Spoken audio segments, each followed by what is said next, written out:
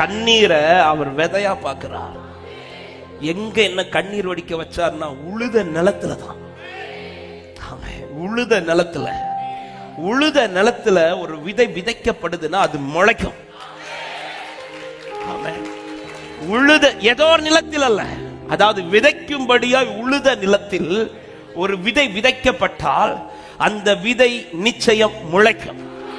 ஆமா, நான் என்னை எங்கேயோ இந்த கண்ணீரை விதையா விதைக்க விடல, உழுத நிலமாகிய கிறிஸ்துவின் சரீரத்தில் விதைக்க வச்சிருக்கிறார்.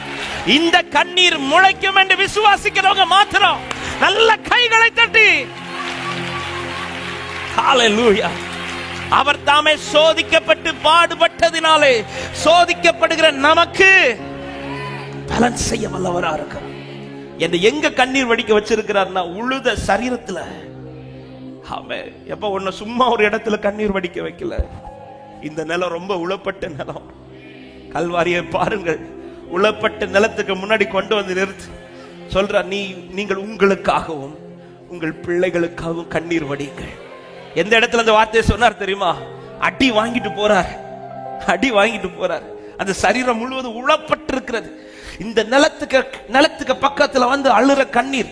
ஆண்டவர் சொல்றார், இந்த நிலத்துக்கு வேண்டி அழாத, நீ உங்களுக்காகவும் உங்கள் பிள்ளைகளுக்காக அழ. நீ அழுகிற கண்ணீர் இந்த நிலத்துல விதையா விழும்.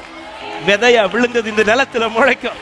கிறிஸ்துவால் காரியம் சாத்தியமாகும் என்று, என் ஜெபத்திற்கு கிறிஸ்துவால் பதில் உண்டு என்று நம்புறவங்க நல்ல கைகளை தட்டி,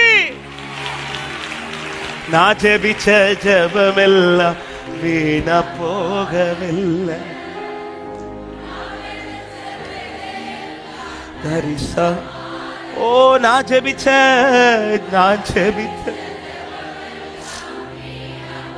நான் விதைச்ச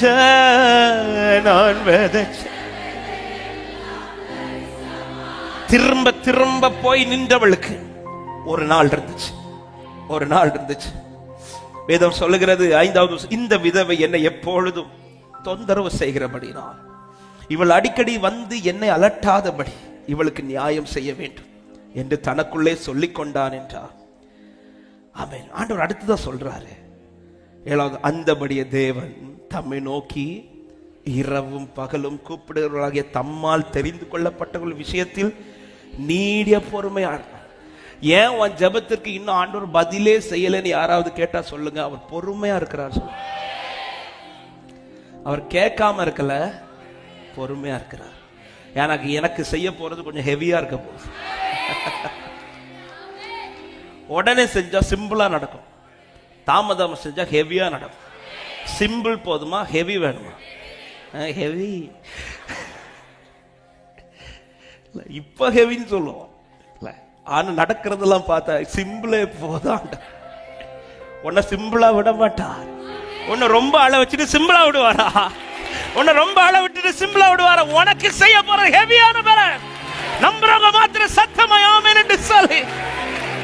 ஹல்லேலூயா. என் பிள்ளை ரொம்ப அழுதுட்டா, நான் சிம்பிளா செய்வேனா? அவன் சொல்றாரு, ஆமென், இவன் இனி அலட்டக்கூடாது அப்படின்னு அந்த நியாயாதிபதி சொல்ற.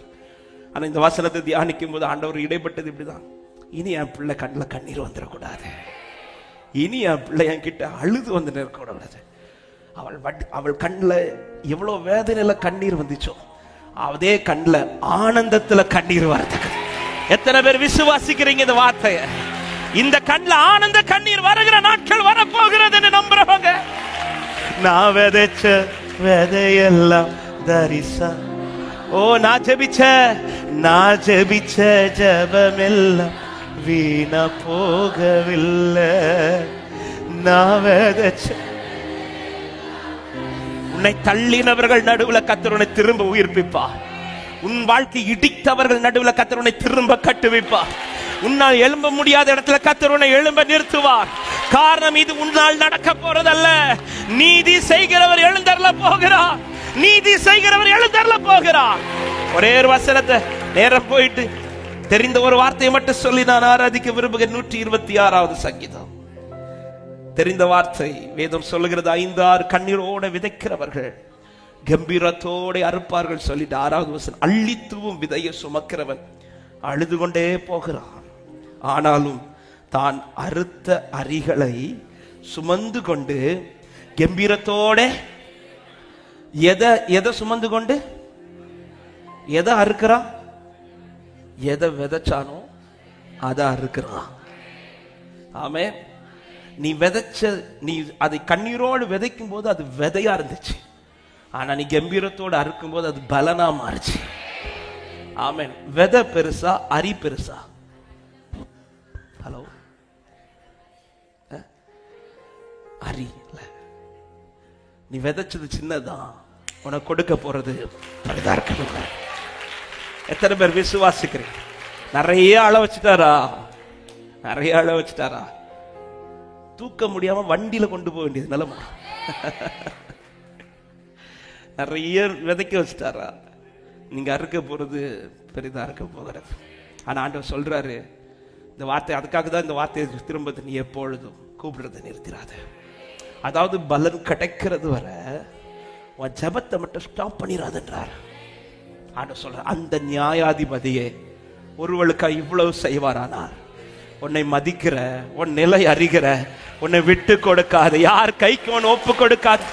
எத்தனை பேர் இந்த காலை நேரத்தில் என்னோடுதான் கர்த்தர் பேசி கொண்டிருக்கிறார் என்று விசுவாசிக்கிறவன் நல்ல கைகளை தட்டி, நீ அழுத அழுகைக்கு பலன் நாட்கள். எல்லாரும் எழுந்து நிற்கலாம் தேவ சமூகத்தில் ஒரு 2-3 நிமிடங்கள். ஆண்டவர் எனக்கு செய்ய போறார்.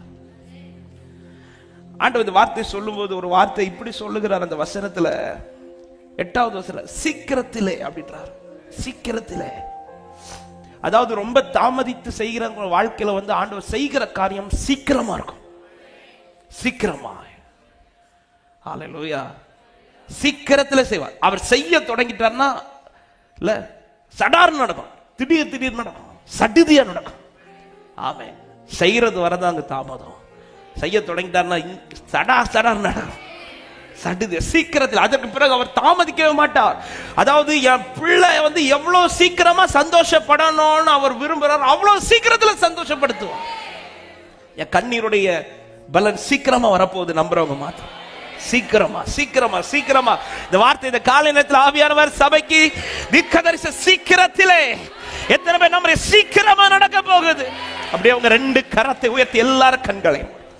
ஆமா, சில உள்ளத்துக்கு இந்த வார்த்தை இந்த நாளில் அதிகமாக ஆண்டவர் பலப்படுத்தி கொண்டிருக்கிறாரு. ஆவியில் அதிகம் உணரு. ஆண்டவர் சொல்றாரு, நீ அழுத அழுக வீண் கிடையாது. நீ தனிப்பட்ட அறையில இருந்து அழுத அழுக, யாரும் பார்க்காமல் இருந்து அழுத அழுக. நீ அழுத விதை எங்க விழுந்துச்சு தெரியுமா? சரியான நிலத்துல, உழப்பட்ட நிலத்துல, உழப்பட்ட நிலத்துல தான் விழ வச்சிருக்கிறா. பல கண்களுக்கு முன்பாக உன்னை அழ விடாம அவருக்கு முன்பாக உன்னை அழ விட்டதின் நோக்கம் என்ன தெரியுமா? உனக்கு நியாயம் செய்கிறவர் அவர், உனக்காய் நீதி செய்கிறவர் அவர். உன் ஜெபம் வீண் போகல சகோதரி, உங்கள் ஜெபம் வீண் போகல சகோதரா. நீங்கள் அழுத அழுகை வீண் போகல சகோதரி, நீங்கள் அழுத அழுகை வீண் போகல சகோதரா. ஒரு ஆகாரின் கண்ணீருக்கு பலன் உண்டென்றால், அவருடைய இரத்தத்தால் மீட்கப்பட்ட அவருடைய பிள்ளையே, உன் கண்ணீரை அப்படி தள்ளிட்டு போக மாட்டார் என் ஆண்டவர். நீ கூப்பிடுறதை நிறுத்தினார், நீ அவரை நோக்கி கூப்பிடுவதை நிறுத்தினார். அவர் எருசலேமை புகழ்ச்சியாக்கு வரையும் அவரை அமர்ந்திருக்க விடாதிருங்க. அப்பா, என் வாழ்க்கையில இதை செய்யாம நான் உங்களை விட மாட்டேன்ப்பா. நீங்க தான் எனக்கு ஏதாவது செய்யணும், நீங்க தான் ஏதாவது செய்யணும் என்று எதிர்பார்த்து காத்து நிற்கிறோ. நீங்க தான் ஏதாவது செய்யணும்.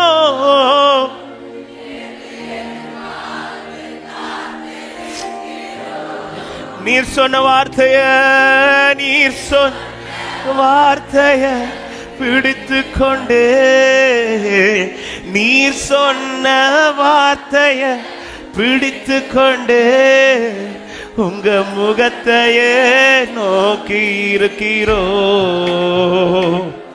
உங்க முகத்தையே. 2 கரத்தை உயர்த்தி அற்புதம் செய்யுங்கப்பா, அற்புதம் செய்யுங்கப்பா. எங்க வாழ்க்கையில உம்மை தான் நம்பி இருக்கோம். செய்யுங்கப்பா, அற்புதம் செய்யுங்கப்பா. எங்க ஓரி மஹந்தலரா கபலரோ லேப்ரா பாபா, அற்புதம் செய்யுங்கப்பா, அற்புதம். நீங்க தான், நீங்க மட்டும்தான் உண்டு. என் நியாயாதிபதி நீர்தான், எனக்கு நீதி செய்கிறவர் நீர்தான். இந்த காரியத்துல எனக்கு இடைப்படுகிறவர் நீங்க மட்டும்தான். உங்களால மட்டும்தான் இதுல இடைப்பட முடியும் ஆண்டவரே. நீங்க இடைப்பட்ட மாத்திரம் தான் பதில் உண்டப்பா. ஒரு பலகதரே